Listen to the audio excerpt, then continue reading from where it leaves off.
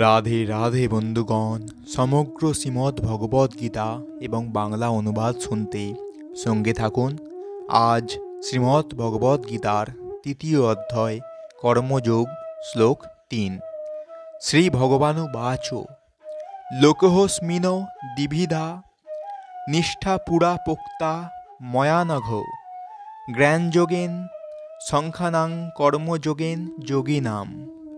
অর্থাৎ পরমেশ্বর ভগবান বললেন, হে নিষ্পাপ অর্জুন, আমি ইতিপূর্বে ব্যাখ্যা করেছি যে দুই প্রকার মানুষ আত্ম উপলব্ধি করতে চেষ্টা করে, কিন্তু লোক অভিজ্ঞতালব্ধ দার্শনিক জ্ঞানের আলোচনার মাধ্যমে নিজেকে জানতে চান এবং অন্যেরা আবার তা ভক্তির মাধ্যমে জানতে চান।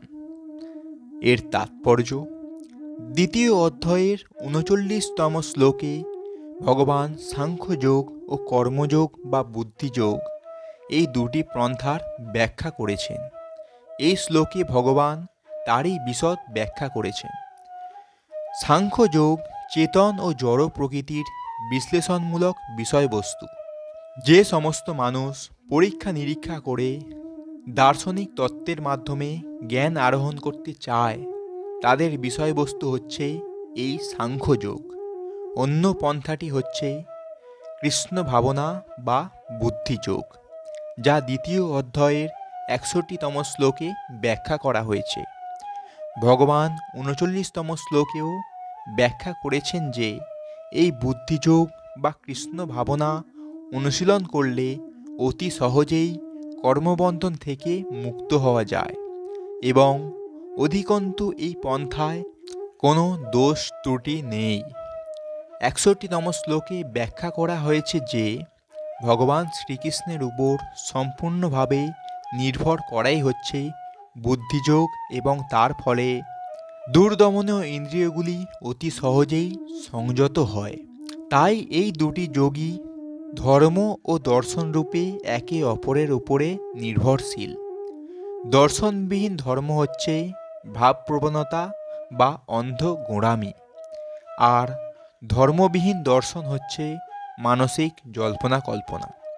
অন্তিম লক্ষ্য হচ্ছে ভগবান শ্রীকৃষ্ণ, কারণ যে সমস্ত দার্শনিকেরা বা জ্ঞানীরা গভীর নিষ্ঠার সঙ্গে পরম সত্যকে জানার সাধনা করেছেন, তারাই অবশেষে কৃষ্ণ ভাবনায় এসে উপনীত হন। শ্রীমদ্ ভগবদ্গীতায়ও এই কথা বলা হয়েছে। সমগ্র পন্থাটি হচ্ছে পরমাত্মার সঙ্গে সম্পর্কের পরিপ্রেক্ষিতে আত্মার স্থিতি হৃদয়ঙ্গম করা। পরোক্ষ পন্থাটি হচ্ছে দার্শনিক জল্পনা কল্পনা, যার দ্বারা ক্রমান্বয়ে সেই কৃষ্ণ ভাবনামৃতের স্তরে উপনীত হতে পারে। আর অন্য পন্থাটি হচ্ছে ভগবান শ্রীকৃষ্ণকে পরম সত্য পরমেশ্বর বলে উপলব্ধি করে তার সঙ্গে আমাদের সনাতন সম্পর্কের প্রতিষ্ঠা করা। এই দুটির মধ্যে কৃষ্ণ ভাবনার পন্থাই শ্রেয়, কেননা এই পন্থা দার্শনিক জল্পনা কল্পনার মাধ্যমে ইন্দ্রিয়গুলির শুদ্ধিকরণের উপর নির্ভরশীল নয়।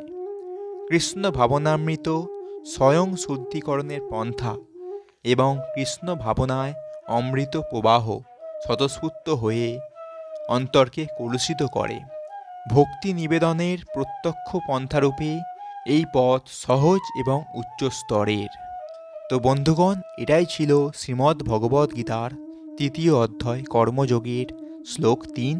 এরকম সম্পূর্ণ ভগবদ্গীতা শুনতে আমাদের এই চ্যানেলটি সাবস্ক্রাইব করুন এবং সঙ্গে থাকুন। রাধে রাধে।